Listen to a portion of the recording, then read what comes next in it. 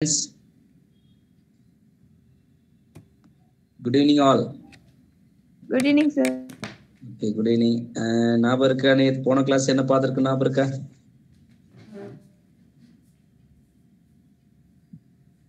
Hello, பேசுறது கேக்குதாப்பா எல்லாத்துக்கும்? Yes, sir. லாஸ்ட் கிளாஸ் என்ன பார்த்திருக்கு ஞாபகம் இருக்கா?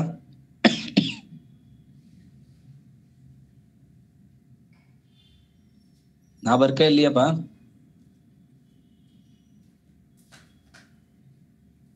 ஹலோ,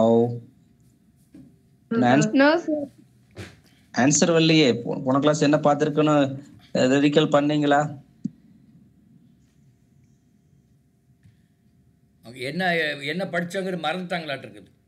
அதான் ரீகால் பண்ணலையாட்டு இருக்குது. ரீகால் பண்ணா வந்திருக்கும். அதான் கரெக்ட். எக்ஸாம்ல எப்படிமா பண்ணீங்க? நல்லா பண்ணியிருக்கிறீங்களா? ஹலோ, எக்ஸாம் எப்படி பண்ணீங்கம்மா? நல்லா பண்ணியிருக்கிறீங்களா?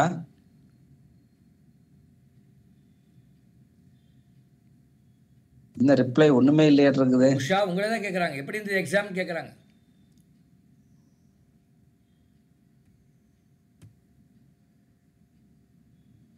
ஹலோ சார், என்னம்மா கனெக்ஷன்ல இருக்கிறீங்களா? இருக்கோம் சார். ரிப்ளை பண்ண மாட்டேங்கிறீங்களா எதுவுமே? நான் தான் பேசிட்டு இருக்கேன்னா இருக்குது கிளாஸ்ல. இல்ல எக்ஸாம் எப்படி பண்ணீங்கன்னு கேட்குறாரு சார். ஒன்னும் ரிப்ளை பண்ணுங்க, கேள்வி கேட்டா பதில் சொல்லுங்கம்மா கொஞ்சம். சார் நெட்வொர்க் எடுக்குது சார். ஓகே ஓ, நெட்வொர்க் இஷ்யூவா? ஓகே. பேசுறது கேக்குதா? கேக்குது சார். கேக்குது இல்ல? சரி, ஓகே, ரைட். இன்னொரு பொண்ணு பேர் இருந்தேம்மா, யாருமா அது? அவங்க லெஃப்ட் ஆயிட்டாங்க. ஐ திங்க் நெட்வொர்க் ப்ராப்ளம் நினைக்கிறேன். அத்தையான்னு சொல்லி பேரு. ஐ திங்க் 2 தடவை இப்போ போயிட்டு வந்தாங்க. மேபி நெட்வொர்க் ப்ராப்ளமாகவும் இருக்கும். ஓ, ரைட். ஒரு பொண்ணு சார் அவங்க ஜாயின் பண்ணிக்குவாங்க எல்லாரும். சரி சார், ஓகே சார். போன வகுப்புல நம்ம வேதி ஒருங்கிணைப்பு அப்படின்னு ஒரு பாடம் பார்த்துட்டு இருந்தோம், சரியா? அதுல கிட்டத்தட்ட நம்ம இந்த நாளமில்லா சுரப்பிகள் எல்லாமே ஓரளவுக்கு பார்த்துருக்குறோம். கிட்டத்தட்ட பார்த்தீங்கன்னா உங்களுக்கு தைராய்டு சுரப்பி பார்த்துருக்குறோம். அது இல்லாம பிட்யூட்ரி சுரப்பி அப்படின்னு ஒரு சுரப்பி பார்த்துருந்தோம். ஸோ அது சுரக்கக்கூடிய ஹார்மோன்கள், அதே போல தைராய்டு சுரப்பி சுரக்கக்கூடிய ஹார்மோன்கள், அதோடைய இந்த பிசியாலஜிக்கல் எஃபெக்ட் அப்படின்னு சொல்லுவாங்க. பிசியாலஜிக்கல் எஃபெக்ட் அப்படின்னா உடற்செயலியல் விளைவுகள்லாம் என்னென்ன அப்படியெல்லாம் பார்த்துருக்குறோம். அது இல்லாமல் இன்னொரு முக்கியமான ஒரு ஹார்மோன் பற்றியும் பார்த்துருக்குறோம். அதுதான் அட்ரீனல் சுரப்பி அப்படின்னு சொல்லக்கூடிய முக்கியமான சுரப்பி. ஏன்னா இதெல்லாம் உங்களுக்கு கேள்வி கேட்கறதுக்கு வாய்ப்பு இருக்குது. எப்படி கேட்பாங்க அப்படின்னா, அதாவது உடலானது ஒரு ஆபத்தான சூழ்நிலையில தயார்படுத்தக்கூடிய ஹார்மோன்கள் அப்படி என்னப்படுபவை அப்படின்னு சொல்லி மாதிரிலாம் கேள்விகள் கேட்கலாம். ஸோ அப்படி ஏதாவது கேள்விகள் ஆபத்தான காலகட்டத்தில், ஆபத்தான சூழ்நிலையில நமக்கு உதவி செய்யக்கூடிய ஹார்மோன்கள் அப்படின்னா அட்ரீனலின் அப்படின்னு ஞாபகம் வச்சுக்கோங்க. உங்களுக்கு போன வகுப்புல அது 3F ஹார்மோன் அப்படின்னு சொல்லியிருக்கிறேன். அதாவது பறத்தல், சண்டையிடுதல், அதே மாதிரி இந்த இன்னொரு முக்கா பயமுறுத்துதல் அப்படின்னு சொல்லுவாங்க. அதான் ஃபைட், ஃப்ளைட் அப்படின்னு சொல்லுவாங்க. ஸோ அந்த ஹார்மோனுக்கு பேர் தான் அட்ரீனலின் அப்படின்னு ஒரு ஹார்மோனை பற்றி நம்ம போன கிளாஸில் சொல்லியிருந்தேன். அது இல்லாமல் இந்த வகுப்புல பார்க்கக்கூடிய இன்னொரு முக்கியமான ஒரு நாளமில்லா சுரப்பில் ஒன்று தான் கணையம் அப்படின்னு கேள்விப்பட்டிருப்பீங்க. ஏன்னா நம்முடைய செரிமான மண்டலத்தில் இருக்கக்கூடிய 2 முக்கியமான துணை சுரப்பியில ஒன்று கல்லீரல் இருக்கும், இன்னொன்று பார்த்தீங்கன்னா கணையம் அப்படின்னு சொல்லக்கூடிய இன்னொரு சுரப்பி இருக்கும். சரி, கணையம் ஒரு சிறப்புத்தன்மை வாய்ந்த சுரப்பி. ஏன் அப்படி சொல்றோம் அப்படின்னா, அதாவது இது கணையம் பார்த்தீங்கன்னா நம்முடைய செரிமானத்திலையும் பங்கு கொள்கிறது. அதே போல நம்முடைய உடல்ல நாளமில்லா சுரப்பியாகவும் செயல்படக்கூடிய ஒரு முக்கியமான ஒரு சுரப்பி. அதாவது இரட்டை சுரப்பின்னு சொல்லுவாங்க, இல்லை கூட்டு சுரப்பி அப்படின்னு கூட கணையத்தை சொல்றாங்க. இது நம்முடைய உடல்ல பார்த்தீங்கன்னா நம்முடைய இடது பக்கத்துல, அதாவது நம்முடைய வயிற்று பகுதிக்கு கீழே, என்ன கரெக்டாக சொல்ல போனா அப்படின்னா இந்த முன் சிறுகுடல் இருக்கு இல்லையா, நம்முடைய முன் சிறுகுடல் வந்து கிட்டத்தட்ட பார்த்தீங்கன்னா யூ வடிவத்துல இருக்கும். அந்த யூ வடிவத்துக்கு உள்ளதான் நம்ம கணையம் இருக்குது. அது நம்முடைய இடது பக்கத்துல இருக்குது. இந்த கணையம் வந்து நான் ஏற்கனவே சொன்னேன், ஒரு செரிமான சுரப்பியாக செயல்படக்கூடியதாகவும் இருக்குது. அதே மாதிரி நாளமில்லா சிறப்பியாகவும் செயல்படுறதாக இருக்குது. அப்போ இதுல நாளமில்லா சுரப்பி அப்படின்னு சொல்லக்கூடியது என்னவா அப்படின்னு சொன்னோம்னா, இந்த கணையத்துல பாத்தீங்கன்னா சில ஒரு செல்கள்லாம் சில தொகுப்புகளாக, அதாவது குரூப் ஆஃப் செல் அப்படின்னு சொல்லுவோம் ஆங்கிலத்துல, தொகுப்புகளாக இருக்கும். அந்த செல்கள் தான் வந்து இப்ப நம்ம சொல்லக்கூடிய லாங்கர்ஹார்ன் திட்டுக்கள் அப்படின்னு சொல்லுவாங்க. இதுல வந்து மொத்தம் 3 வகையான செல்கள் இருக்கு. மொத்தம் வந்து எவ்வளவு சொல்றாங்கன்னா 5 லட்சம் செல் இருக்குது இதுல. அதாவது லாங்கர்ஹார்ன் திட்டுக்கள் இருக்கக்கூடிய மொத்த செல் எண்ணிக்கை 5 லட்சம். அதுல வந்து கிட்டத்தட்ட ஒரு 70% செல்கள் என்னவா இருக்குது அப்படின்னா பீட்டா செல்களாகவும், 20% செல்கள் எல்லாமே ஆல்பா செல்களாகவும் இருக்குது. எது மைக் ஆன் ஆயிருக்குமா? ஹலோ, மைக் ஆன் ஆயிருக்குப்பா. யாருதுப்பா? ஆஃப் பண்ணுங்கப்பா.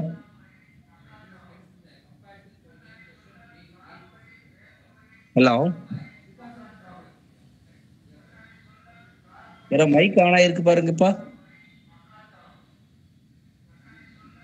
Sir Keshavamurthy sir. கேட்க மாட்டேங்குதா? ஹலோ, இல்ல சார், கேசவமூர்த்தி சாரோட மைக் தான் ஆன் ஆயிருக்கு சார். சாரோட மைக் தான் இருக்கா? Hello hello sir. ஆஃப் பண்ணிக்கிறேன் sorry. Okay sir, okay sir, okay. அப்போ அந்த கணையத்தில் இருக்கக்கூடிய ஒரு செல்களின் தொகுப்பு என்று சொல்லக்கூடிய அந்த லாங்கர்ஹார்ன் திட்டுக்கள் அப்படின்னு சொல்லக்கூடிய செல்கள்ல தான் மொத்தம் 3 வகையான செல்கள் சொல்றோம். அதுல ஆல்பா செல், பீட்டா, அப்புறம் வந்து டெல்டா செல் அப்படின்னு ஒரு செல் இருக்குது. ஸோ இது வந்து குறைந்த அளவு தான் நம்முடைய லாங்கர்ஹார்ன் திட்டுக்கள்ல இருக்குது. அதனால வந்து இது பெரிய அளவுல நமக்கு வந்து ஒரு விளைவுகளை ஏற்படுத்தாது. ஒரு ஒரு குறிப்பிட்ட ஒரு விளைவை தான் ஏற்படுத்தும். அதனால அதிகபட்சமாக இருக்கக்கூடியது 2 முக்கியமான செல் வந்து ஆல்பா மற்றும் பீட்டா தான். ஆல்பா செல் சுரக்கக்கூடிய ஹார்மோனுக்கு பேர் குளுக்ககான் அப்படின்னு சொல்லுவாங்க. பீட்டா செல் சுரக்கக்கூடிய ஹார்மோனுக்கு பேர் என்ன சொல்றாங்கன்னா இன்சுலின் அப்படின்னு ஒரு ஹார்மோனை சொல்றாங்க. இதுல ஒரு முக்கியமான ஒரு உண்மை இருக்கு, ஞாபகம் வச்சுக்கோங்க. ஏன்னா இன்சுலின் வந்து பாத்தீங்கன்னா நமக்கு வந்து எல்லா பாலூட்டிகள்ல இருக்கக்கூடிய கணையத்திலுமே சுரக்குது, இல்லைன்னு சொல்லல. ஆனா வந்து நமக்கு இப்ப இன்சுலினுடைய பற்றாக்குறை ஏற்பட்டுச்சுன்னா நமக்கு வரக்கூடியது என்ன அப்படின்னா நீரிழிவு நோய் அப்படின்னு சொல்லுவாங்க. டயபெட்டிஸ் மெல்லிட்டஸ் அப்படின்னு சொல்லுவோம். அதாவது டயபெட்டிஸ்ல 2 வகை இருக்குது. டயபெட்டிஸ் மெல்லிட்டஸ் அப்படின்னு ஒன்று இருக்குது, டயபெட்டிஸ் இன்சிபிட்டஸ்ன்னு ஒன்று இருக்குது. டயபெட்டிஸ் மெல்லிட்டஸ் அப்படின்னு சொல்லக்கூடிய நோய் வந்து எதனால வருது அப்படின்னா நம்ம உடல்ல வந்து கணையத்துல இன்சுலினுடைய சுரப்பு வந்து குறைவாக இருந்துச்சுன்னா, இன்சுலினுடைய பற்றாக்குறை வரக்கூடியதுதான் இந்த டயபெட்டிஸ் மெல்லிட்டஸ் அப்படின்னு சொல்லுவாங்க. அதே மாதிரி டயபெட்டிஸ் இன்சிபிட்டஸ் அப்படிங்கிறது ஏடிஹெச் அப்படின்னு சொல்லக்கூடிய ஆன்டி டயூரிட்டிக் ஹார்மோன். அதுக்கு தமிழ்ல சொல்லணும்னா சிறுநீர் பெருக்கத்தில் ஹார்மோன்னு சொல்லுவாங்க. இந்த ஹார்மோனுடைய குறைபாடு அதனால வரக்கூடியதான் டயபெட்டிஸ் இன்சிபிட்டஸ் அப்படின்னு 2 விதமான ஒரு நீரிழிவு நோய்களை சொல்றோம். இதுல என்ன அப்படின்னா உங்களுக்கு இந்த டயபெட்டிஸ் இன்சிபிட்டஸ் இருக்கிறவங்களுக்கு வந்து என்ன ஆகுனா அந்த உடல்ல இருக்கக்கூடிய குளுக்கோஸ், ரத்தத்தில் இருக்கக்கூடிய குளுக்கோஸ் வந்து அதிகப்படியாக என்ன பண்ணும் அப்படின்னா சிறுநீர் வழியாக வெளியேறி கொண்டுகிட்டே இருக்கும். இது ஒரு முக்கியமான ஒரு இதா இருக்கும். அதனால உடல் வந்து அதிகமான சிறுநீர் இழப்பை, நீரிழப்பு அதிகமாக இருக்கும். அப்ப நீரிழப்பு அதிகமா இருக்கிறதுனால அதிகமான தாகம் எடுக்கும், தண்ணியை வந்து அதிகமா குடிப்போம். ஸோ அது மாதிரியான ஒரு குறைபாடு, ஒரு அறிகுறி அவங்க உடல்ல இருக்கும். இதே வந்து டயபெட்டிஸ் மெல்லிட்டஸ் அப்படிங்கிறது இன்சுலினுடைய பற்றாக்குறை. அப்ப இன்சுலின் பற்றாக்குறை ஏற்பட்டுச்சுன்னா ரத்தத்தில் இருக்கக்கூடிய குளுக்கோஸ் அளவு அதனால கட்டுப்படுத்த முடியாது. அப்ப ரத்தத்தில் எப்போதுமே குளுக்கோஸ் அளவு அதிகமாகவே இருக்கும், குறைவராது. அதை இன்சுலினை கட்டுப்படுத்த முடியாத ஒரு நிலைமை ஏற்படுறதுக்கு இருக்குது. அதனாலதான் அந்த டயபெட்டிஸ் மெல்லிட்டஸ் அப்படிங்கிறது வரும். ஸோ இதனால என்ன ஆகுது அப்படின்னா அவங்களுக்கு அதிகமாக யூரினேஷன் இருக்குது. அதனால தண்ணி தாகம் அதிகமாக, உடல்ல டீஹைட்ரேஷன் ஆகிறதுனால தாகம் அதிகமாக இருக்கும், தண்ணி அதிகமாக குடிப்பாங்க.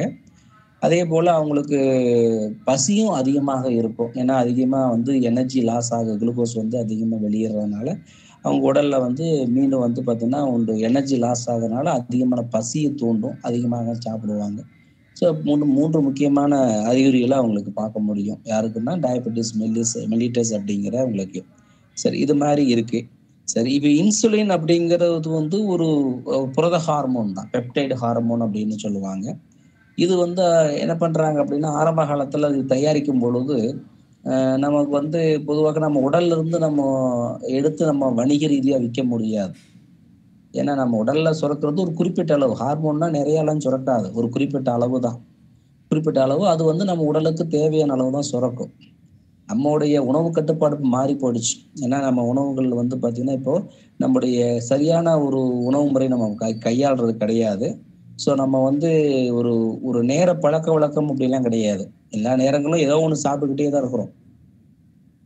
கேட்டா சிறுதீனிங்கிறோம், அதுங்கிறோம், இதுங்கிறோம். ஸோ இது மாதிரி நம்முடைய உணவு பழக்கவழக்கம் நிறையவே மாற்றமாயிடுச்சு. ஸோ அதனால நம்முடைய இன்சுலினுடைய அளவு வந்து பார்த்தீங்கன்னா, நம்முடைய ரத்தத்துல இருக்க சர்க்கரை அளவு கட்டுப்படுத்துறதுக்கு பத்த மாட்டேங்குது. ஸோ இத வந்து நம்ம வணிக ரீதியாக எப்படி தயாரிக்கணும் அப்படின்னு பார்த்து என்ன பண்ணாங்கன்னா, மறுசேர்க்கை தொழில்நுட்பத்தின் மூலமாக தயாரிச்சாங்க. அப்படி தயாரிக்கும் பொழுது 1986ல தான் இதுக்கு வந்து பொதுவாக ஒப்புதல் குடுத்துருக்குறாங்க, தயாரிப்பதற்காக. அது முதல்ல வந்து தயாரிக்கும் பொழுது என்ன, மனிதன்றது நேரடியா எடுக்க முடியாதுன்னு சொல்லிட்டு என்ன பண்ணாங்க அப்படின்னா, சரி நம்மளும் பாலூட்டி தான், விலங்குகளும் பாலூட்டி தான். நாயா இருந்தாலும் சரி, பூனையா இருந்தாலும் சரி, பன்றியா இருந்தாலும் சரி, இது எல்லாமே பாலூட்டிகள் தான். ஸோ அதோடைய உடல்ல கணையத்துல இருக்கக்கூடிய நம்ம இன்சுலினை எடுத்து நம்ம மனிதருக்கு செலுத்தலாம். ஸோ அப்படின்னு நம்ம என்ன பண்ணாங்க அப்படின்னா முடிவு செஞ்சாங்க. ஸோ அப்போ அந்த இன்சுலினை கொண்டு போய் என்ன பண்ணா, மனிதருக்கு செலுத்தி சோதனை செய்யும் பொழுது மனிதர்ல வந்து என்ன ஆச்சு அப்படின்னா, சில ஒவ்வாமை ஏற்பட்டுச்சு.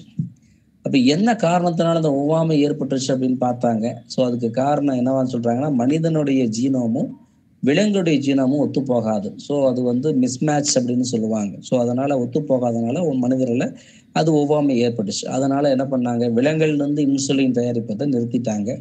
ஸோ தடை பண்ணிட்டாங்க. ஸோ அதனால மனிதனில் மட்டும்தான் செய்ய முடியும்னு அப்புறம் தான் அதுக்காக என்ன பண்ணாங்க, மனிதனில் இருக்கக்கூடிய கணையத்தில் இருக்கக்கூடிய அந்த லாங்கர்ஹார்ன் தட்டுக்களில் பீட்டா செல் இருக்கக்கூடிய டிஎன்ஏவை எடுத்து மறுசேர்க்கை தொழில்நுட்பத்தின் மூலமாக தயாரித்து அதை வந்து விற்பனை செஞ்சாங்க. ஸோ அப்படி ஆரம்ப காலத்தில் வந்து அதை இன்சுலினை தயாரித்து வணிக ரீதியாக விற்கும்போது அதுக்கு ஒரு பேர், வணிக ரீதியான ஒரு பெயர் கொடுத்தாங்க. அந்த பேர் தான் ஹியூமிலின் அப்படின்னு பேரு. ஸோ அந்த பேர் தான் இப்போ மருவி இப்போ வந்து இன்சுலின் அப்படின்ட்டு பயன்பாட்டில் இருக்குது. ஆனால் அதுடைய வணிக ரீதியான பெயர் என்ன அப்படின்னா ஹியூமிலின். அது ஞாபகம் வச்சுக்கோங்க, ஒன்மாறு கேட்கறதுக்கு வாய்ப்பு இருக்கு. எப்படி கேட்பாங்க அப்படின்னா, அதாவது வணிக ரீதியிலான இன்சுலின் அப்படிங்கிறது அதோடைய பேர் கேட்பான். வணிக ரீதியான இன்சுலின் அப்படின்னா ஹியூமிலின் அப்படிங்கிறது தான் வணிக ரீதியான இன்சுலின். சரி, அப்போ குளுக்கோஸில் நம்முடைய இன்சுலின் உடலில் என்னென்னலாம் பண்ணோம் அப்படின்னா, குளுக்கோஸ் அளவு எப்போவுமே சமநிலையிலேயே வச்சுருக்கோம். அதில் முக்கியமான பங்காற்றுறது இன்சுலின் தான்.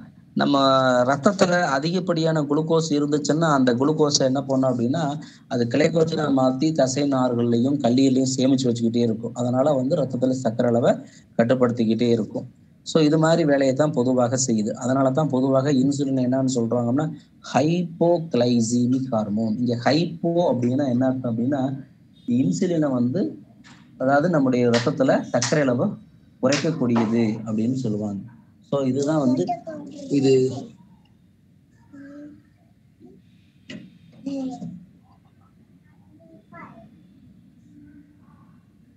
ஸோ இது வந்து இன்சுலின் அளவு வந்து நம்ம உடல்ல வந்து ரத்தத்தில் வந்து சர்க்கரை அளவு கட்டுப்படுத்துறதுக்காக இருக்கிறனால இதுக்கு பேர் ஹைப்போகிளைசீமிக் ஹார்மோன் அப்படின்னு பேர்.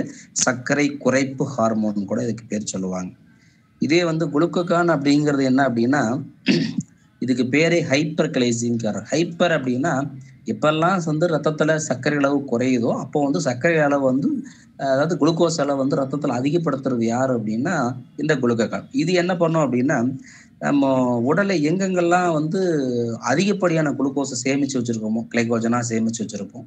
ஸோ அதை வந்து தூண்டி அதை கிளைக்கோஜனை உடச்சி அந்த கிளைக்கோஜன் வந்து குளுக்கோஸை வந்து வெளியேற வச்சு அதை ரத்தத்தில் கலக்க விடுறது குளுக்கோகானுடைய வேலை. அதனால ரத்தத்தில் குளுக்கோஸில் எப்போதுமே அதிகமாகவே இருக்கும். ஸோ அந்த அதிகமாக்குறதுக்கு காரணம் என்னன்னா குளுக்கோகான் ஹார்மோன்.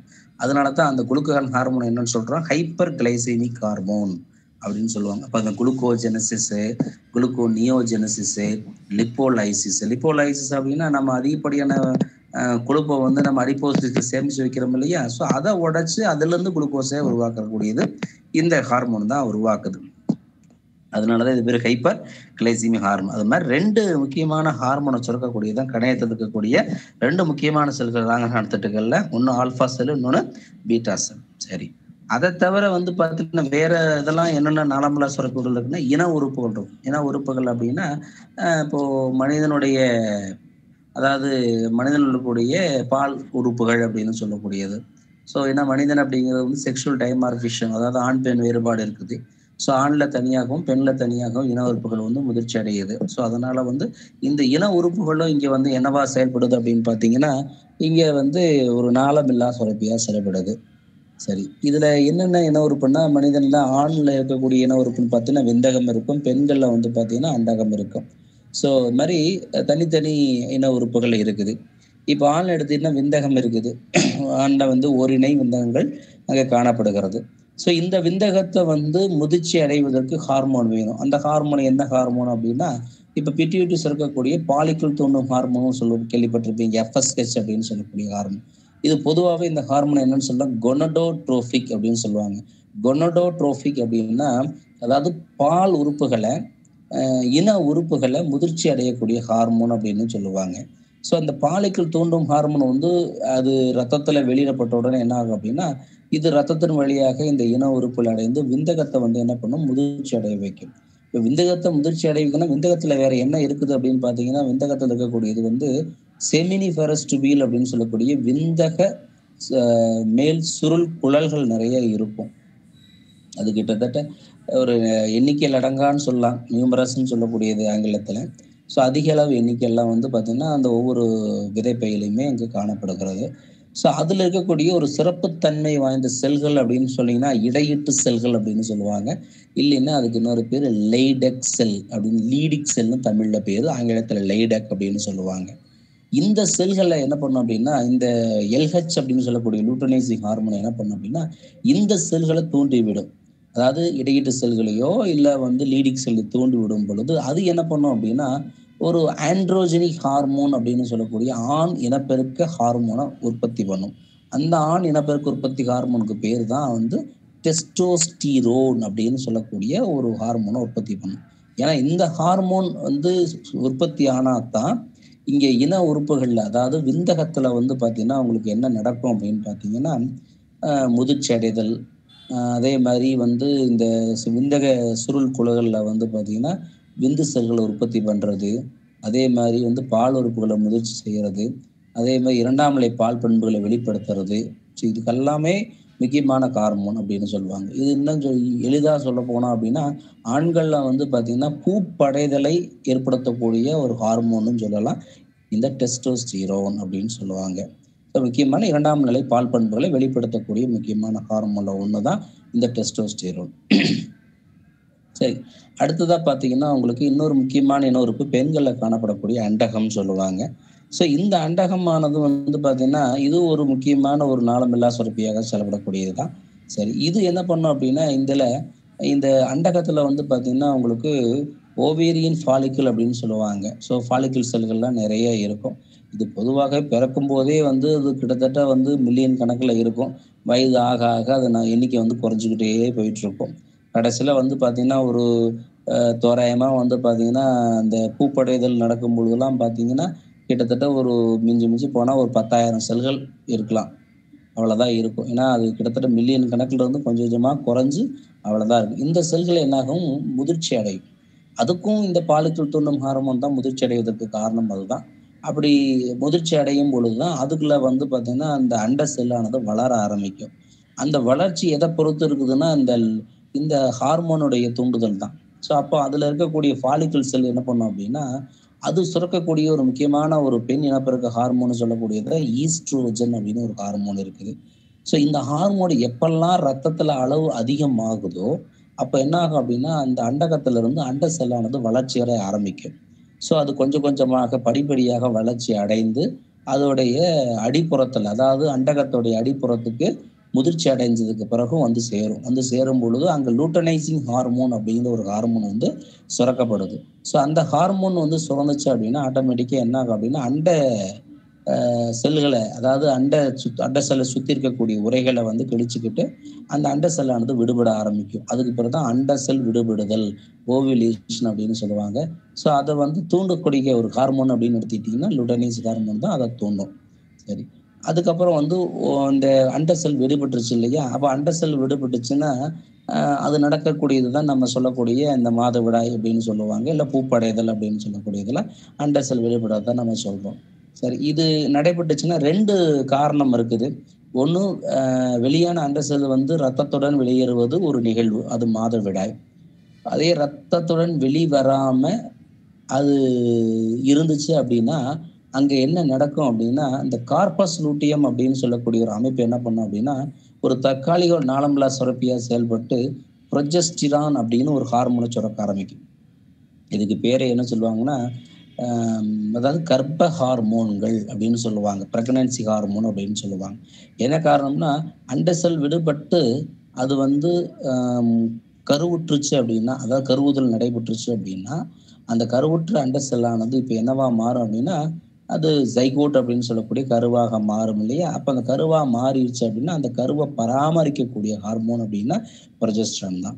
அப்போ அது வந்து ஃபெலோபியன் டியூப் அப்படின்னு சொல்லக்கூடிய அந்த கருக்குழல்ல இருக்கும். அதை கொண்டு வந்து அப்படியே என்ன பண்ணும், கருப்பையில பதிய வைக்கிறது, அப்புறம் வந்து தாய் சேய் இணைப்பு திசு உருவாக்குறது, கர்ப்ப காலத்துல வந்து மாதவிடாயை நிறுத்துறது, அந்த சுத்தி இருக்கக்கூடிய கருப்பையில சுத்தி இருக்கக்கூடிய அந்த உரையுடைய சுருக்கத்தை, அதாவது தசையுடைய சுருக்கத்தை வந்து நிறுத்துறது, இது மாதிரியான பணிகளை செய்யக்கூடியது தான் இந்த ஹார்மோன் செய்யும். ஸோ இதனால தான் இதுக்கு பேர் கர்ப்ப ஹார்மோன் அப்படின்னு சொல்றோம். ஸோ அது இல்லாமல் இன்னொரு முக்கியமான ஹார்மோன் வெளியிடப்படுகிறது, ரிலாக்சின் அப்படிங்கிற ஒரு ஹார்மோன் வெளியிடப்படுகிறது. ஸோ இந்த ஹார்மோன் என்ன பண்ணும் அப்படின்னா, கர்ப்ப காலங்களில் வந்து பார்த்தீங்கன்னா அதோடைய வளரக்கூடிய கருவுடைய எடையை தாங்குவதற்காக நம்முடைய பெல்விக் லெகமெண்ட் அப்படின்னு சொல்லக்கூடிய இடுப்பு எலும்புகளை தளர்வடைய செய்யக்கூடிய ஹார்மோனும் இது.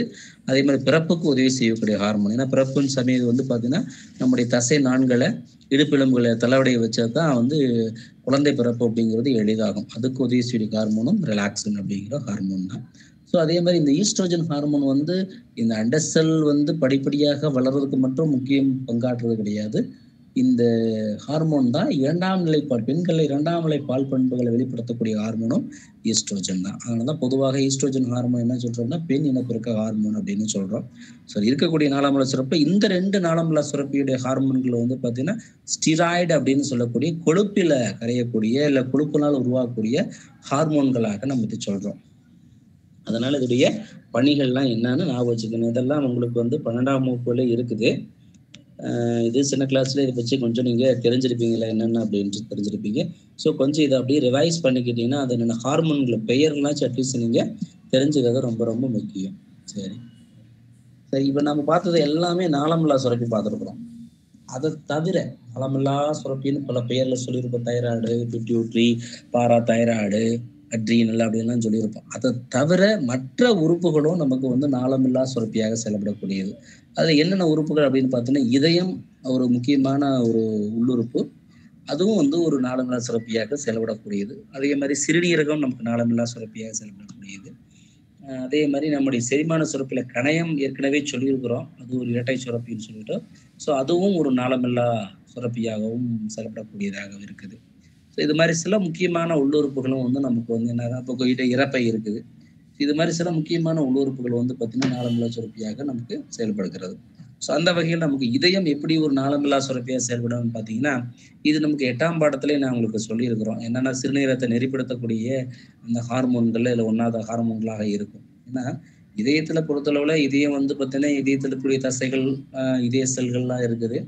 இதய தசை வந்து சுருகு தசைகள் சொல்லுவாங்க. அதனால இதயம் வந்து எப்போதுமே சுருங்கி விரிஞ்சிட்டு இருக்கிறதுனால ரத்தமானது உந்து விசையின் காரணமாக மற்ற எல்லா ரத்த நாளங்களுக்கும் சென்று வருகிறத நம்ம சொல்லிட்டு இருக்கிறோம். ஸோ அந்த இதயத்தில் இருக்கக்கூடிய தசை செல்கள் அது சுரக்கக்கூடிய ஒரு முக்கியமான ஒரு ஹார்மோனை சொல்றோம்னா ஆட்ரியல் நாட்ரிட்டிக் காரணி, ANF அப்படின்னு சொல்லக்கூடிய ஒரு பெப்டைடு ஹார்மோனை சுரக்கக்கூடியது இதய செல்கள்லாம் சுரக்குது. இது என்ன பண்ணும் அப்படின்னா, இதயத்துல எப்போ வந்து அழுத்தம் அதிகமாகுதோ, ப்ரெஷர் அப்படின்னு சொல்லுவாங்க. ஸோ எப்பெல்லாம் இதயத்துல வந்து அழுத்தம் ரொம்ப அதிகமாகுதோ அந்த அழுத்தத்தை கட்டுப்படுத்தக்கூடிய, அழுத்தத்தை குறைக்கக்கூடிய இந்த ஹார்மோன்கள்.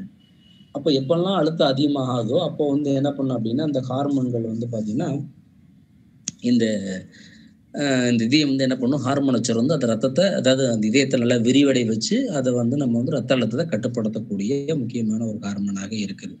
சரி, அதே மாதிரி சிறுநீரகம் அதே மாதிரி செயல்படுது. சிறுநீரகம் வந்து பார்த்தீங்கன்னா ரெனின் அப்படிங்கிற ஒரு ஹார்மோனையும், எரித்ரோபயாட்டின் அப்படின்னு ஒரு ஹார்மோனையும், கால்சிட்ரால் அப்படிங்கிற ஹார்மோனையும் சுரக்குது. இதுல ரெனின் அப்படிங்கிறது என்ன அப்படின்னா, நமக்கு வந்து இப்போ சிறுநீரகத்தை பொறுத்தளவுல நமக்கு வந்து இந்த வடிகட்டுதல் அப்படின்னு சொல்லுவாங்க, குளோமருலார் வடிகட்டுதல் அப்படின்னு சொல்லுவாங்க. இப்போ நம்ம ரத்தத்தில் இருக்கக்கூடிய பொருட்கள்லாம் வடிகட்டி அதை பிரித்து அதில் வந்து நமக்கு தேவையானலாம் மீள உறிஞ்சிட்டு தேவையில்லாதெல்லாம் வந்து நமக்கு வடிகட்டி பிரித்து நம்மளுடைய சிறுநீர் வழியாக வெளியேற்றணும். இது சிறுநீரகத்தில் இருக்கக்கூடிய முக்கியமான ஒரு படி, வேதி சமநிலை ஏற்படுறது அப்படின்னு சொல்லுவாங்க. ஸோ அதில் வந்து குளோமருலார் வடிகட்டுதலுக்கு என்ன வேணும் அப்படின்னா, அதுக்கு வந்து ஒரு ப்ரெஷர், அழுத்தம் வேணும். ஒரு அழுத்தத்தின் காரணமாக தான் குளோமருலாரில் வந்து வடிகட்டுதல் நடத்த வடிதிரவம்லாம் உருவாகும். அப்போ அந்த வடிகட்டத்துக்கு தேவையான ரத்த அழுத்தத்தை ஏற்படுத்துறது, அந்த நிகழ்வை நடத்துறதுக்கு தேவையான ஒரு நொதியை வந்து செயல்படுத்துறது, இதெல்லாமே யார் பண்ணுவா அப்படின்னா ரெனின் அப்படிங்கிற ஒரு ஹார்மோன் தான் அந்த செயல்பாட்டை பண்ணுது. அதுக்கு பேர் தான் ரெனின் ஆன்ஜியோடென்சின் செயல்பாடு அப்படின்னு சொல்லுவாங்க. அது இல்லாமல் இன்னொரு ஹார்மோன்ஸ் எரித்ரோபயாட்டின் அப்படின்னு சொல்லுவாங்க. இது பொதுவாக இதில் இருக்கும் அப்படின்னா எலும்பு மஜ்ஜையை தூண்டி ரத்த சிவப்பணுக்களை உற்பத்தி செய்யக்கூடிய ஒரு ஹார்மோனாக எரித்ரோபயாட்டின்னு சொல்லலாம். ஸோ இந்த ஹார்மோன் என்ன பண்ணும் அப்படின்னா நம்முடைய எலும்பு மஜ்ஜையை தூண்டி ரத்த சிவப்பணுக்களை உற்பத்தி பண்ண வைக்கும். எதுக்காக உற்பத்தி பண்ணுது அப்படின்னா, நம்ம ஒரு உயரமான இடங்களுக்கு செல்லும் பொழுது நமக்கு என்ன ஆகும்னா ஆக்சிஜனுடைய பகுதி அழுத்தம் குறைய ஆரம்பிக்கும். அப்போ ஆக்சிஜன் பகுதி அழுத்தத்தை நம்ம வந்து சமநிலைப்படுத்தணும். உதாரணமாக நம்ம ஏதாவது ஒரு மலைப்பகுதிக்கு சென்று வர்றோம் அப்படின்னா, நமக்கு உங்களுக்கே தெரியும், நீங்கள் மலைப்பகுதிக்கு போகும்பொழுதே உங்களுக்கு நிறைய பேருக்கு வாமிட்டிங், அதாவது வாந்தி உணர்வு ஏற்படுறது, வாந்தி எடுத்தல், தலை சுற்றல், மயக்க வர்றது, காது கேளாமை, இப்படின்னு பலவிதமான பிரச்சனைகள் வந்து நீங்கள் மலை ஏறும் பொழுது உங்களுக்கு தெரியும். ஸோ இதுக்கு என்ன காரணம் அப்படின்னு பார்த்தீங்கன்னா, ஆக்சிஜனுடைய பகுதி அழுத்தம் குறைவதனால் இருக்கக்கூடிய பிரச்சனை தான். அப்போ நம்ம வந்து அங்கே ஆக்சிஜனுடைய பகுதி அழுத்தத்தை சமநிலைப்படுத்தணும். அதுக்கு சமநிலைப்படுத்துவதற்கு என்ன பண்ணோம் அப்படின்னா, சிறுநீரகமானது எரித்ரோபயாட்டின் அப்படின்னு ஒரு ஹார்மோனை சுரந்து அது என்ன பண்ணோம்னா எலும்பு மஜ்ஜையை தூண்டி ரத்த சிவப்பணுக்களை வந்து என்ன பண்ணுதுன்னா உற்பத்தி பண்ணுது. இந்த உற்பத்தி ஆகக்கூடிய ரத்த சிவப்பணுக்கு என்ன பண்ணா அதிகப்படியான ஆக்சிஜனை கவர்றதுனால நமக்கு அங்கே ஆக்சிஜனுடைய பகுதி அழுத்தம் சமநிலையானது ஏற்படுகிறது. அதுக்காக இந்த ஹார்மோன் நமக்கு உதவி செய்யுது. அடுத்து கால்சிட்ரால் வந்து கால்சியத்துடைய அளவை வந்து நமக்கு சமநிலைப்படுத்துவதற்காக நமக்கு வந்து எப்பெல்லாம் வந்து ரத்தத்துக்கு வந்து கால்சியம் அளவு குறையுதோ அப்போ எலும்புகளில் கால்சியத்தையும், எப்பெல்லாம் எலும்புகளில் கால்சியத்தில் அளவு குறையுதோ அப்போ வந்து ரத்தத்தில் கால்சியத்தையும் நமக்கு சமநிலைப்படுத்துவதற்காக கால்சிட்ரால் நமக்கு இருக்குது. சரி, அது இல்லாமல் நமக்கு மற்ற ஹார்மோன்கள் அப்படின்னு எடுத்துக்கிட்டிங்கன்னா நமக்கு இந்த இறப்பையில் இருக்கக்கூடிய சில முக்கியமான ஹார்மோனை சொல்லலாம். ஸோ அந்த வகையில் என்னென்ன ஹார்மோன்னா இறப்பையில், குடல் பாதையில், கணையத்தில் சொல்லணும்னா கேஸ்ட்ரின் இருக்குது, அப்புறம் கோலிஸ்டகைனின் இருக்குது, செக்ரேட்டின் அப்படின்னு மொத்தம் 3 ஹார்மோன்கள் இறப்பை பாதையில் சுரக்கக்கூடியது. சரி, இது என்ன பண்ணும் அப்படின்னா கேஸ்ட்ரின் அப்படிங்கிறது என்ன பண்ணும், இறப்பையில் கூடிய சுரப்பையில் தூண்டுது. ஏன்னா இறப்பையில் வந்து பார்த்தீங்கன்னா கேஸ்ட்ரிக் கிளாண்ட் அப்படின்னு சொல்லக்கூடிய சுரப்பி செல்கள்லாம் நிறையா இருக்குது. கிட்டத்தட்ட அது வந்து ஒரு 50 மில்லியனுக்கு மேலே இருக்குது. ஸோ அதை தூண்டி நமக்கு வந்து இறப்பையில் வந்து இந்த இறப்பை நீர் அப்படின்னு சொல்லுவோம், கேஸ்ட்ரிக் ஜூஸ் அப்படின்னு சொல்லக்கூடிய அந்த ஹார்மோன், அந்த செல்களை வந்து அந்த சுரப்பை வந்து சுரக்கக்கூடிய ஹார்மோனாக நம்ம கேஸ்ட்ரின் அப்படின்னு சொல்லலாம். அதே மாதிரி இந்த இன்னொன்று வந்து பார்த்தீங்கன்னா அந்த இறப்பை செல்களில் வந்து முக்கியமான செல்கள் பார்த்தீங்கன்னா இந்த பெரைட்டல் செல்கள் அப்படின்னு ஒரு செல் இருக்குது. இது என்ன பண்ணும் அப்படின்னா நம்ம இறப்பையில் ஒரு ஹைட்ரோகுளோரிக் அமிலத்தை சுரக்கும். ஸோ அதுக்கு இன்னொரு பேர் ஆக்சென்டி செல் கூட சொல்லுவாங்க. ஸோ அதுக்கும் காரணம் என்னன்னா இந்த கேஸ்ட்ரின் அப்படிங்கிற ஹார்மோன் தான் காரணமாக நமக்கு அங்கே இருக்குது. சரி, அதே மாதிரி இன்னொரு முக்கியமானதுன்னு பார்த்தீங்கன்னா நமக்கு நம்ம உணவில் இருக்கக்கூடிய கொழுப்பு, அதை வந்து கொழுப்பு அமிலமாக மாற்றணும். ஸோ அது கொழுப்பு அமிலமாக மாற்றணும் அப்படின்னா நம்முடைய முன் சிறுகுடல்னு சொல்லக்கூடிய டியோடினத்தில் சிசிகேன்னு சொல்லக்கூடிய கோலிசிஸ்டோகைனின் அப்படின்னு சொல்லுவாங்க. ஸோ அந்த கோலிசிஸ்டோகைனின் அப்படிங்கிற இந்த ஹார்மோன் என்ன பண்ணும் அப்படின்னா நம்முடைய பித்தப்பை உங்களுக்கு தெரியும், நம்முடைய கல்லீரல் இருக்கக்கூடியது. கல்லீரலில் வந்து பார்த்தீங்கன்னா நமக்கு என்னன்னா பித்த நீரை சுரக்கும். ஸோ அந்த பித்த நீர் வந்து பார்த்தீங்கன்னா நமக்கு வந்து முன் சிறுகுடலில் வெளியிடப்படுகிறது. அப்போ அந்த வெளியிடக்கூடிய அந்த பித்த நீரானது நமக்கு வந்து கொழுப்பு அமிலங்களை கொழுப்புகளை கொழுப்பு அமிலமாகவும் கிளிசரலாகவும் மாற்றக்கூடியது. ஸோ அதுக்கு வந்து நமக்கு ஒரு ஹார்மோனுடைய தூண்டுதல் அங்கே தேவைப்படுகிறது. அதுதான் நம்ம சொல்லக்கூடிய கோலிசிஸ்டோகைனின் அப்படின்னு சொல்லக்கூடியது. அதே மாதிரி கணையத்துல வந்து பார்த்தீங்கன்னா அந்த அசினி செல்கள் அப்படின்னு ஒரு செல், அக்கினின்னு சொல்லுவாங்க, தமிழ்ல அசினின்னு சொல்லுவாங்க. ஸோ இதை தூண்டி என்ன பண்ணும், செக்ரீட்டின் அப்படிங்கிற ஒரு ஹார்மோன் என்ன பண்ணும், அதை தூண்டி அதில் வந்து இந்த நீர் மற்றும் பைகார்பனேட் அயனிகளை வந்து நம்ம உணவுல வந்து நடுநிலையாக்கப்பட்டு அதை வந்து நம்ம இரைப்பையுடைய சுரப்புக்கு ஒரு இயக்கத்தை வந்து கொடுக்கக்கூடிய ஒரு ஹார்மோனாக நம்ம செக்ரீட்டின் அப்படிங்கிற ஒரு ஹார்மோனை சொல்றோம். இதெல்லாம் தான் நமக்கு வந்து நாளமில்லா சுரப்பி தவிர்த்து மற்ற உறுப்புகள் எவ்வாறு நாளமில்லா சுரப்பியாக செயல்படுகிறது அப்படிங்கிறது இதை சொல்லக்கூடியது. சரி, இதுல நம்ம சில குறைபாடுகள்லாம் பார்க்க போறோம். என்னென்ன குறைபாடுனா, இப்ப நம்ம ஹார்மோன் அப்படின்னு பாத்தீங்கன்னா உங்களுக்கு எல்லாத்துலேயுமே உங்களுக்கு வந்து சமநிலைன்னு ஒன்று இருக்கு. சமநிலை அப்படின்னா எந்த ஒரு சுரப்பாக இருந்தாலும் சரி, அந்த சுரப்புகள் எப்போதுமே நமக்கு வந்து ஒரு குறிப்பிட்ட அளவு தான் இருக்கணும். அந்த அளவை மீறக்கூடாது. மீறிச்சுன்னா நமக்கு வந்து குறைபாடுகள் இருக்கும். அந்த வகையில் ஹார்மோனுடைய மிகை சுரப்பாக இருந்தாலும் சரி, இல்லை குறைவாக சுரந்தாலும் சரி, குறைபாடுகள் ஏற்படும். ஸோ அந்த வகையில் நமக்கு வந்து இப்போ வளர்ச்சி ஹார்மோன் இருக்குதுன்னு வச்சுக்கோங்க. வளர்ச்சி ஹார்மோன் வந்து குறைவாக சுரந்துச்சுன்னா குள்ளத்தன்மை ஏற்படும். ஏன்னா பேரே வளர்ச்சி ஹார்மோன் நம்ம வந்து பொதுவான உடல் வளர்ச்சிக்கு உதவி செய்யக்கூடிய ஹார்மோன். அப்போ அதோடைய அளவு குறைவாக இருந்துச்சுன்னா உள்ளத்தன்மை ஏற்படுறது, இதனால் எலும்புகளை வளர்ச்சி வந்து தடைபடுறது. கிட்டத்தட்ட அவங்க மெயினாக வந்து 4 அடி தான் உயரம் இருப்பாங்க. ஸோ இது வந்து குள்ளத்தன்மைன்னு சொல்லுவாங்க. இதே வந்து மிகை சுரப்பாக இருந்ததுன்னா ராட்சசத்தன்மை. ஒரு 7லேருந்து 9 அடி நீளம் இருப்பாங்க. எலும்பு மண்டலம் நல்லா வளர்ச்சி அடைஞ்சிருக்கும், கைகாலெல்லாம் அதிகமாக வளர்ச்சி அடைஞ்சிருக்கும். இது வந்து எந்த அளவுக்கு சுரக்குதோ அதுக்கு தகுந்தாப்புல வளர்ச்சி அதிகமாக இருக்கும். இதே வந்து இது ஒரு குறிப்பிட்ட அளவில் இல்லாமல் ஒவ்வொரு இடத்துங்களிலும் ஒவ்வொரு மாதிரி சுரப்பு. அதாவது வந்து இப்போ உதாரணமாக எப்போதுமே இந்த மிகை சுரப்பு அப்படிங்கிறது வந்து பொதுவாக சுரந்துச்சுன்னா அது ராட்சசத்தன்மைன்னு சொல்கிறோம்.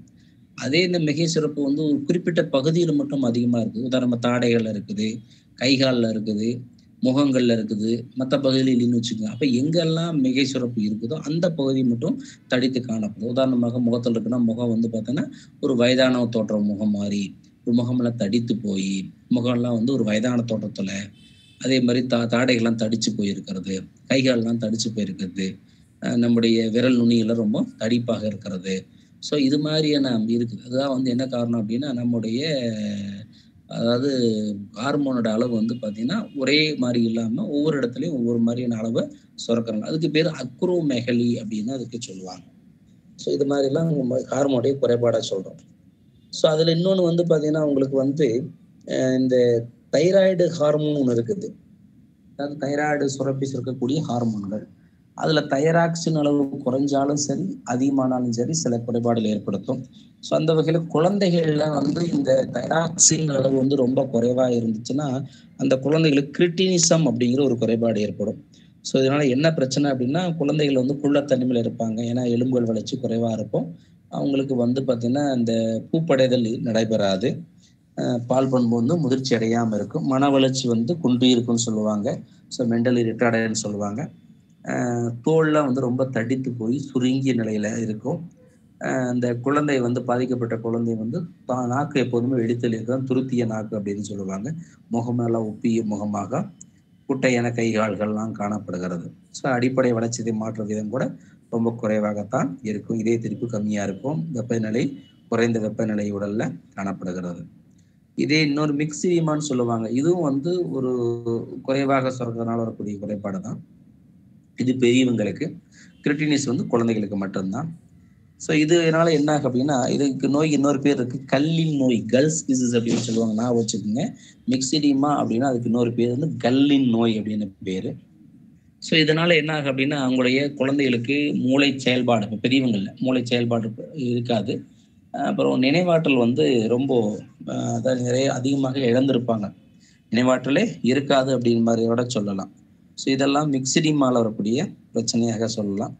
அதே மாதிரி அவங்களுக்கு வளர்ச்சிதை மாற்ற விதம் அதில் கம்மியாக இருக்கும். பசி இல்லாமல் இருக்கும். குறைந்த உடல் வெப்பநிலை இருக்கும். உடல் இயக்கம் வந்து ரொம்ப நிதானமான உடல் இயக்கமாக இருக்கும். பேச்சுக்களில் வந்து ரொம்ப ஸ்லோ ஸ்பீச் அப்படின்னு சொல்லுவாங்க. நிதானமான பேச்சுக்கள் இருக்கும். பொதுவாக உடல் பலவீனமாகவே காணப்படும். சொரசொரப்பான தோல், அல்ல செதில்கள் நிறைந்த தோல் கூட சொல்லலாம். உரோமங்கள் அங்கங்கே உரோமங்கள் இருக்கும், முகம் நல்லா உப்பி இருக்கும். ஸோ இது மாதிரியான ஒரு குறைபாட்டோட இருப்பாங்க. இதே வந்து இதோடைய அதாவது ஹார்மோன் அளவு மிகை சுரப்பு அப்படின்னு சொல்லுவாங்க. அதிகமாக சுரந்துச்சுன்னா அவங்களுக்கு வரக்கூடிய குறைபாடு தான் கிரேவின் நோய், இல்லை எக்ஸ்ட்ரா ஆப்தால்மிக் காய்டர் அப்படின்னு சொல்லக்கூடிய ஒரு குறைபாடு ஏற்படும். இதில் பேருக்கு ஏற்ற மாதிரி இதோடைய குறைபாடு என்னன்னு சொல்கிறோம் அப்படின்னா, அவங்களுடைய கண்களில் வந்து பார்த்தீங்கன்னா கருக்கோளம், அதாவது கண்கோளம் அப்படின்னு சொல்லுவோம் இல்லையா, அது வந்து வெளித்தள்ளி இருக்கும். அதாவது எப்படி நமக்கு வீங்கி இருந்தால் வெளித்தன தனியாக தெரிகிற மாதிரி அவங்களுடைய கண்கோளமானது தன்னுடைய கண்கோள குழியிலிருந்து வெளிவந்த மாதிரி நிலை, துருத்திய நிலை அப்படின்னு சொல்லுவாங்க. அதுதான் முக்கியமான ஒரு குறைபாடாக, முக்கியமான ஒரு அறிகுறியாக சொல்கிறோம் கிரேவின் நோயை பொறுத்தளவில். சரி, இதில் அடிப்படை வளர்ச்சி மாற்றம் வந்து பார்த்தீங்கன்னா ரொம்ப அதிகமாக இருக்கும். ஏன்னா ஹார்மோன் மிகை சுரப்பாக இருக்கிறதுனால அதிகமாக இருக்கும். சுவாச வீதம் ரொம்ப அதிகமாக இருக்கும், வேக வேகமாக சுவாசிப்பாங்க. கழிவு நீக்க வீதம் அதிகமாக இருக்கும். இதய துடிப்பு ரொம்ப வேகமாக துடிக்கும். ரத்த அழுத்தம் உயர் ரத்த அழுத்தமாக இருக்கும். வெப்பநிலை உயர்ந்த வெப்பநிலையாகவும், கண்கள் தசைகளில் கொஞ்சம் குறைபாடு ஏற்படுறதாக. இதெல்லாம் கிரேவின் நோய் அப்படின்னு சொல்லக்கூடிய ஒரு குறைபாட்டை நம்ம சொல்கிறோம். அப்புறம் இன்னொன்று வந்து பாராதைராய்டு ஹார்மோன் ஒன்று இருக்குது. அந்த பாராதாமோன் அப்படிங்கிற ஒரு குறைபாடை பொறுத்தளவில் என்ன சொல்றோம் அப்படின்னா, இந்த ஹார்மோன் வந்து குறையிறதுனால ரத்தத்துல கால்சியம் அளவு குறையுது. ஸோ கால்சியம் அளவு குறையிறதுனால என்ன ஆகும், பாஸ்பேட் அளவு வந்து ரத்தத்துல அதிகரிச்சு அவங்களுக்கு எலும்புகள்ல ஒரு வீக்கத்தை, எலும்புகள்ல வந்து பார்த்தீங்கன்னா வந்து ஒரு வளைந்த நிலை, எலும்புகள் ரொம்ப எலும்பு வீக்கமா இருக்கிறது, இல்லை தசைகள் இறுக்கத்தை ஏற்படுத்துறது, வெப்பநிலை ரொம்ப குறைஞ்சு போறது, இல்லைன்னா வந்து பார்த்தீங்கன்னா இதய துடிப்பு ரொம்ப வேகமாக துடிக்கிறது, தசைகள் ரொம்ப அதிகமான இறுக்கத்தை ஏற்படுத்துறது, இது மாதிரியான ஒரு குறைபாடு. அதுக்கு பேர் டெட்டனி அப்படின்னு சொல்லுவாங்க. இது வந்து பாராதைராய்டு ஹார்மோனுடைய சுரப்பு கால்சியம் அளவு குறையிறதுனால வரக்கூடிய ஒரு குறைபாடாக நம்ம சொல்றோம். சரி, அப்புறம் இதே ஹைப்பர் பேராதைராய்டிசம் அப்படிங்கிற சொல்லக்கூடிய ஒரு குறைபாடு இருக்கு. ஹைப்பர் பேராதைராய்டிசம் அப்படின்னா அவங்களுக்கு வந்து மெயினாக வந்து எலும்புகளில் வந்து வீக்கம் அதிகமாக இருக்கு. வீக்கம்னா பேரே வந்து ஹைப்பர் பேராதைராய்டிசம் அப்படின்னு சொல்றோம். ஹைப்பர் பேராதைராய்டிசம்னா அதிகமான மிகை சுரப்பா சொல்றோம். அப்போ மிகை சுரப்பின் காரணமாக என்ன நடக்குது அப்படின்னு பார்த்தீங்கன்னா, அவங்களுக்கு எலும்புகளில் வந்து பார்த்தீங்கன்னா அதாவது மினரல்ஸ் அப்படின்னு சொல்லுவோம் இல்லையா, மினரல்ஸ் தான் தாது உப்புக்கள். ஸோ அந்த தாது உப்புகள் வந்து குறைஞ்சு போயிடும். ஏன்னா அந்த எலும்புகளுக்குரிய தாது உப்புகள்ல எங்கே போயிடும் அப்படின்னு பார்த்தீங்கன்னா, அது எல்லாமே ரத்தத்துக்கு போய் கலந்துரும். இப்போ ரத்தத்தில் போகும் பொழுது என்னாக்க எலும்புகள் ரொம்ப பொதுவாகவே வீக் ஆகிடும். ஸோ அப்படி எலும்புகளில் வந்து வீக்கம் அதிகமாக இருப்பதுனால என்ன ஆகும் அப்படின்னா, அவங்களுக்கு எலும்புகள் ரொம்ப சாஃப்டாக, அதான் மென்மையாயிரும். எளிதில் உடையக்கூடிய எலும்புகள் கீழே விழுந்தா கூட உடைஞ்சு போயிடும். அது மாதிரியான ஒரு குறைபாடுகளானது அவங்களுக்கு ஏற்படும். சரி, அதே முன் கழுத்து கழலைன்னு சொல்லுவாங்க. இது வந்து பொதுவாக இந்த தைராக்சின் பற்றாக்குறையினால் வரக்கூடிய ஒரு குறைபாடு. அது கழுத்து பகுதியில் ஒரு கட்டி தோன்ற மாதிரி. ஏன்னா நம்ம கழுத்து பகுதியில் தான் தைராய்டு சுரப்பி இருக்குது இல்லையா, அப்போ அந்த பகுதியில் வந்து ஒரு கட்டி மாதிரி கழுத்து சுற்றி ஏற்படுகிறது. ஸோ அது பேர் முன் கழுத்து கழலை அப்படின்னு சொல்லுவாங்க. இது வந்து மெயினாக சொல்ல போனோம்னா அயோடின் பற்றாக்குறையினால் ஏற்படக்கூடிய குறைபாடாக சொல்கிறோம். ஸோ அயோடின் பற்றாக்குறைனா நம்முடைய உண்ணக்கூடிய உணவுல ஒரு நாளைக்கு நம்ம வந்து உணவுல வந்து பார்த்தீங்கன்னா அந்த அதாவது 8 மைக்ரோகிராம்ஸ் அப்படின்னு சொல்லுவாங்க. 0.08 மைக்ரோகிராம்ஸ் நம்மளுடைய உணவுல அயோடின் அளவு வந்து அயோடின் எப்போதுமே இருக்கணும். அப்போ அந்த அளவுக்கு குறைவா குறிப்பிட்ட அளவு சொல்லியிருக்கிறாங்க, 8 மைக்ரோகிராம்ஸ் அப்படின்னு சொல்லியிருக்கிறாங்க. அந்த அளவுக்கு குறைவா அயோடின் எடுத்துக்கிட்டோம்னா கண்டிப்பாக நமக்கு இந்த முன்கழுத்து கழலை அப்படின்னு சொல்லக்கூடிய சிம்பிள் காய்ச்சல் வந்து நமக்கு வரும். ஸோ இதனால நமக்கு ஞாபக மறதி, உடல் எடை குறையிறது, டீஸ்கள் சுரத்தை வந்து அதிகரிக்கிறது, இது மாதிரி பிரச்சனைகள்லாம் நமக்கு பொதுவாக வரும். ஸோ இதெல்லாமே தைராக்சினுடைய பற்றாக்குறையினால் வரக்கூடிய ஒரு குறைபாடு. இன்னொரு ஹார்மோன் பார்த்தீங்கன்னா இந்த அட்ரினல் கார்டெக்ஸ் அப்படின்னு சொல்லக்கூடிய ஹார்மோன் இருக்கு இல்லையா, குளுக்கோகோ கார்டிகாய்டு அப்படின்னு சொல்லக்கூடிய ஹார்மோன்கள். ஸோ அந்த ஹார்மோன்களுடைய சுரப்பு காரணமாக, குறைவாக சுரப்பு காரணமாக என்ன பிரச்சனை இருக்குன்னா அடிசன் நோய் அப்படின்னு ஒரு நோய் ஏற்படும். இதனால என்ன ஆகும் அப்படின்னா தசைகள்லாம் பலம் இல்லாமல் இருக்கிறது, ரத்த அழுத்தம் குறைவாக இருக்கிறது, பசி இல்லாமல் இருக்கிறது, வாந்தி அதிகமாக எடுக்கிறது, தோல்ல வந்து நிறமிகள் அதிகமாக இருக்கிறதுனால அங்கங்கே புள்ளிகள் ஏற்படுறது. வளர்ச்சிதை மாற்றத்துல வந்து குறைந்த அளவான வளர்ச்சிதை மாற்றம் ஏற்படுறது, வெப்பநிலை குறையிறது, உடலுடைய எடை வந்து இழக்கிறது. இதெல்லாமே பொதுவான அறிகுறிகளாக நம்ம இங்க சொல்றோம். அதே மாதிரி இங்க ஆல்டோஸ்டீரோனுடைய குறைபாடு இங்க இருக்கிறதுனால அதிகப்படியான நீர், சோடியம், குளோரைடு அயனிகள் எல்லாமே பொதுவாக சிறுநீர் வழியாக வெளியேற்றப்படுறதுனால தாது உப்புகள் வந்து நம்முடைய ரத்தத்துல குறைவாக காணப்படுது. ஸோ இதெல்லாமே நம்ம வந்து அடிசனின் நோய் அப்படிங்கிறடைய நோயுடைய அறிகுறிகளாக நம்ம சொல்றோம்.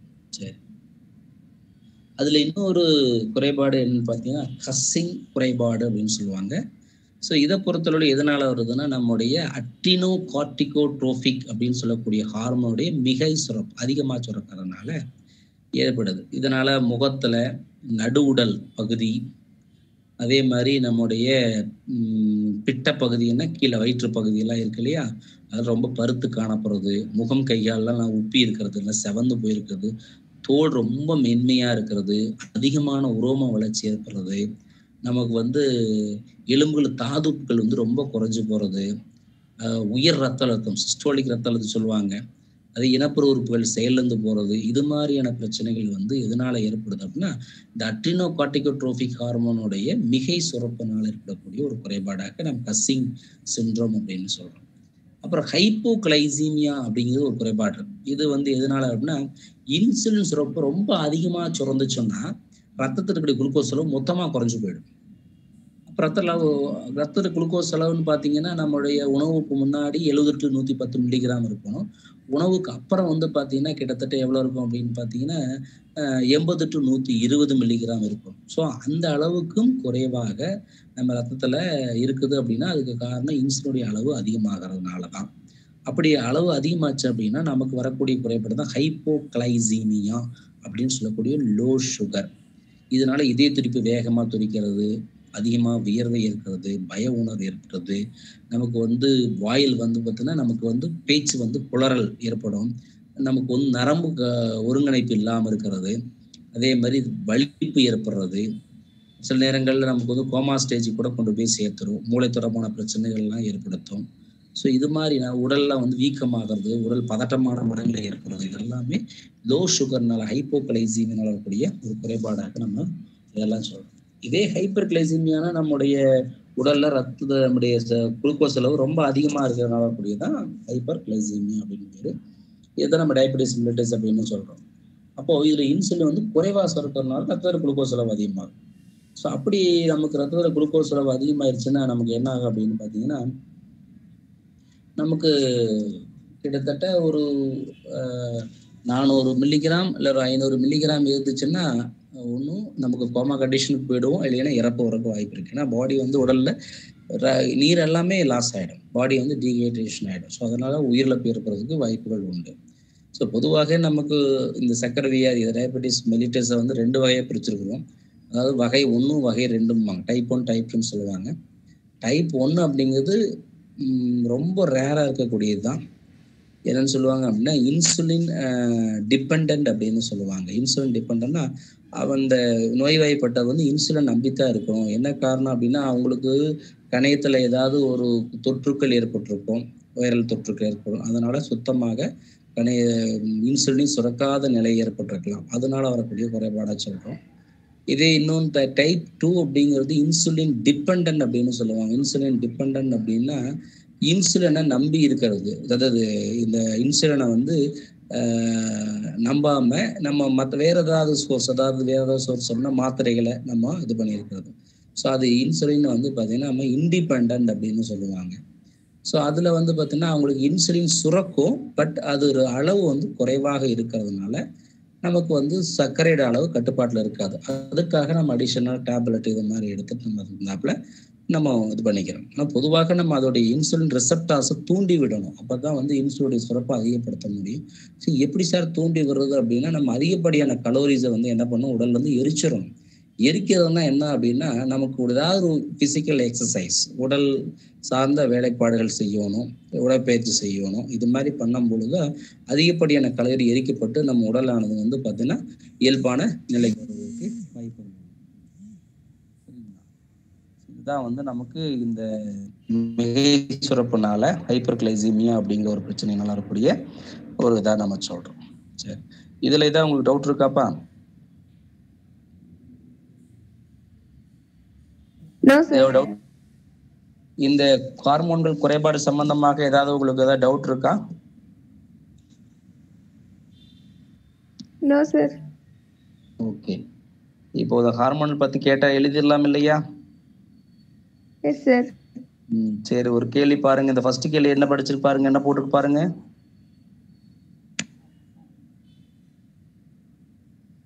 தெரியுதா? Yes sir. என்ன போட்டிருக்கு படிங்க பார்க்கலாம். உடலின் நிலையானது அக சூழ்நிலையை பராமரிப்பது இப்படியும் அறியப்படுகிறது. இந்த ஆன்சர் சொல்லுங்க பார்க்கலாம். உடலின் நிலையான அக சூழ்நிலை, இன்டர்னல் என்விரான்மெண்ட் மெயின்டைன் பண்றது எப்படின்னு சொல்லலாம். உடல் சமநிலை பேணுதல் சார். கரெக்ட், உடல் சமநிலை பேணுதலை தான் நம்ம வந்து அக சூழ்நிலையை வந்து பராமரிக்கிறதுன்னு சொல்றோம். சரி, இதே ரெண்டாவது பாருங்க, என்ன ரெண்டாவது கேள்வி எடுத்துக்காங்க. கீழே தரப்பட்டுள்ள இணையில் எது முழுமையான நாளமில்லா சுரப்பி இணையாகும்? நல்லா புரிஞ்சுக்குங்க. இணையில் எது முழுமையான நாளமில்லா சுரப்பி? இதுல இருக்கக்கூடிய எதுப்பா முழுமையான நாளமில்லா சுரப்பின்னு சொன்னா எதை சொல்லலாம்?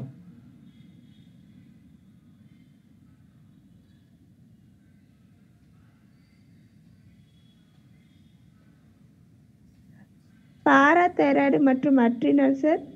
கரெக்ட், பாராதைராய்டு மற்றும் அட்ரினல் மட்டும்தான் முழுமையான நாளமில்லா சுரப்பி.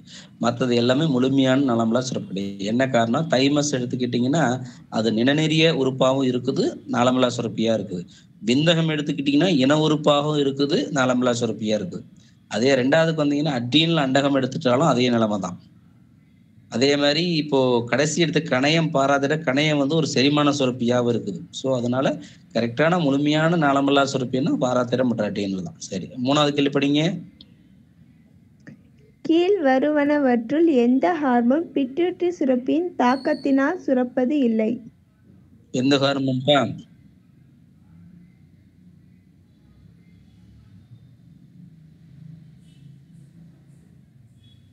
இந்த ஹார்மோன் பிட்யூட்டரி சுரப்பியின் தாக்கத்தினால் சுரப்பது இல்லை.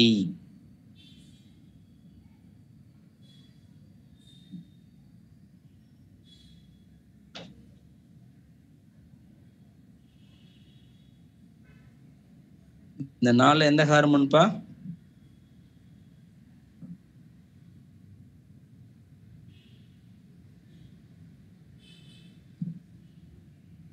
ஹலோ,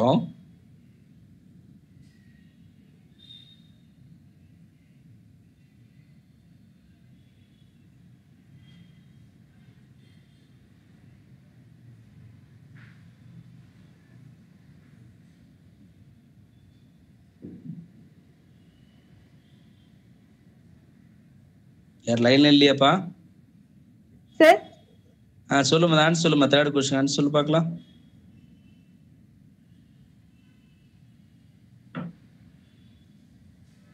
கீழ் வருவனவற்றில் எந்த ஹார்மோன் பிட்யூட்டரி சுரப்பியின் தாக்கத்தினால் சுரப்பது இல்லை?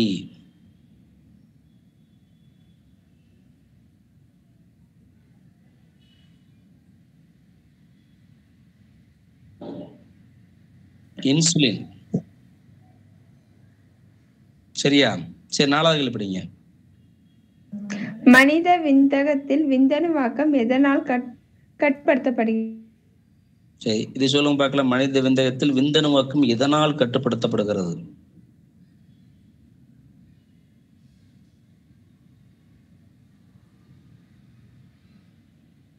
Luteinizing hormone sir. Correct, luteinize hormone தான். சரி, அடுத்த அஞ்சாவது கேள்வி படிங்க. இரத்த சீரத்தில் கால்சியம் அளவை நெறிப்படுத்துவது எந்த ஹார்மோன் நெறிப்படுத்துது?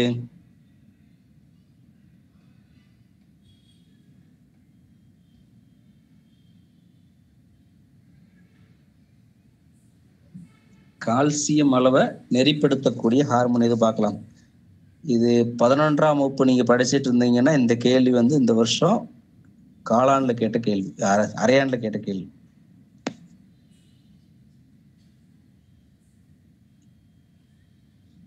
தைராய்டு மற்றும் பாரா தைராய்டு. இப்பதான் சொன்ன டெட்டனின் உங்களுக்கு சொன்னேன் இல்லையா, அது பாரா தைராய்டு மிகை சுரப்புல கால்சியம் அளவு குறையுது. சரி, 6வது கேள்வி படிங்க. அயோடின் கலந்த உப்பு இதனை தடுத்தலில் முக்கிய பங்காற்றுகிறது. எதை தடுத்தல் முக்கிய பங்காற்ற போறது? அயோடின் கலந்த உப்பு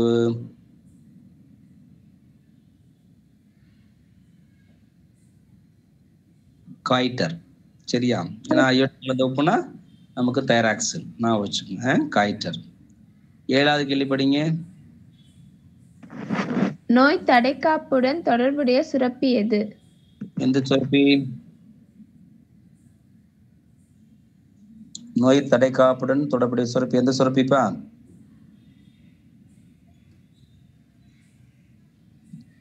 தைமஸ் சுரப்பி. சரியா? தைமஸ் சுரப்பி தான் நோய் தடைக்காப்புடன் தொடர்புடைய சுரப்பியா இருக்கு. சரி, 8வது கேள்வி படிங்க.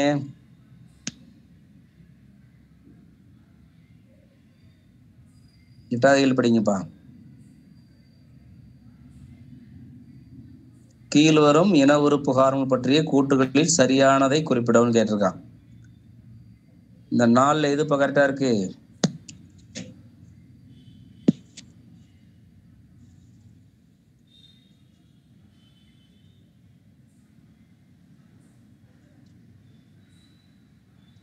ஃபர்ஸ்ட் ஆப்ஷன், LH தூண்டுதலால் லீடிங் செல்கள் டெஸ்டோஸ்டிரோனை உற்பத்தி செய்கின்றன. 9வது கேள்வி படிங்க பார்க்கலாம். வளர்ச்சி ஹார்மோன் மிகை சுரப்பால் குழந்தைகளுக்கு தோன்றுவது. என்னப்பா தோன்றும்? மிகை சுரப்புனா அதிகமா சுரக்கறனால. தன்மை சார். Very good, ராஜ்தன்மை. சரி, 10வது கேள்வி படிங்க. ஒரு கருவுற்ற பெண் குழந்தையை பெற்றுள்ளார். அக்குழந்தையே குட்டையான வளர்ச்சி, மூளை வளர்ச்சி குறைபாடு, குறைந்த அறிவாற்றல் திறன், இயல்புக்கு மாறான தோல் ஆகிய அறிகுறிகளால் பாதிக்கப்பட்டது. இதற்கு காரணம் என்ன? காரணம் இதுக்கு? வளர்ச்சி குட்டையா இருக்கிறாங்க, மூளை வளர்ச்சி இல்ல, குறைந்த அறிவாற்றல் திறன், இயல்புக்கு மாறான தோல். எந்த பிரச்சனைப்பா? குறைந்த அளவு வளர்ச்சி ஹார்மோன் சுரப்பு கிடையாது. குறைந்த அளவு வளர்ச்சி ஹார்மோன்னா குள்ளத்தன்மை, ஆனா அவங்களுக்கு கைகால் வளர்ச்சி இருக்காதுன்னு சொல்லலாம். ஆனா இங்க மூளை வளர்ச்சி குறைபாடுலாம் கொடுத்துருக்காங்களே, குறைந்த அறிவாற்றல் திறன் எல்லாம் கொடுத்துருக்காங்களே.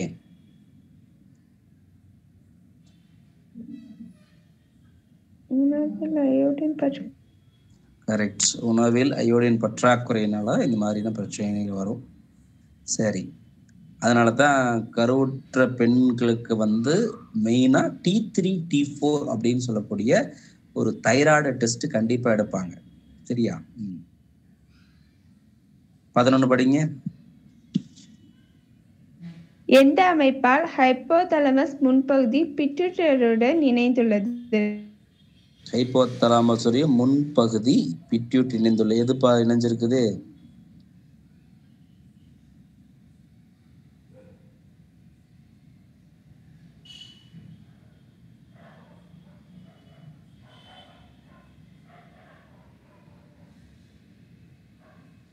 ஹைப்போபைசியல் போர்ட்டல் தொகுப்பு. சரி, 12வது கேள்வி படிங்க. கீழ்கண்டவற்றுள் சரியான கூற்று. சொல்லுங்க, சரியான கூற்று.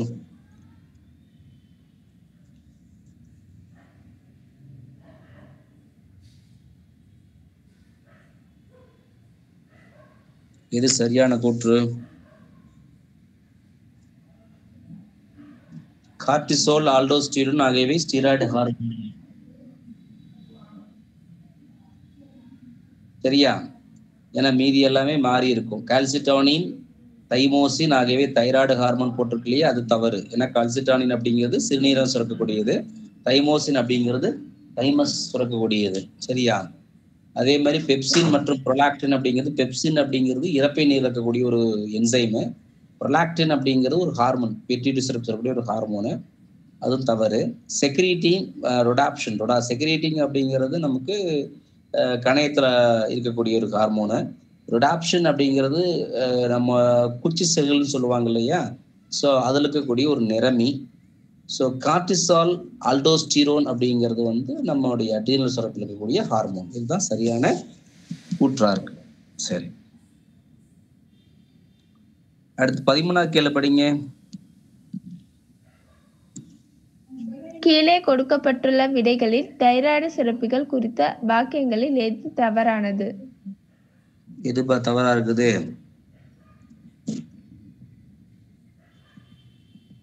கீழே கொடுக்கப்பட்டுள்ள விடைகளில் தைராய்டு சுரப்பி கொடுத்த வாக்கியங்களில் எது தவறானது என கண்டுபிடி.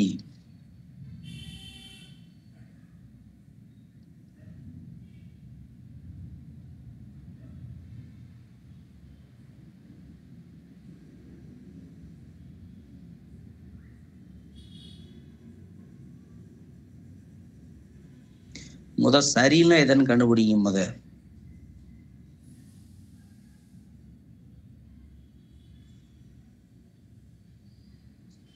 இந்த 3 4 சரியா இருக்கும், 1 2 தவறா இருக்கும் இல்லையா?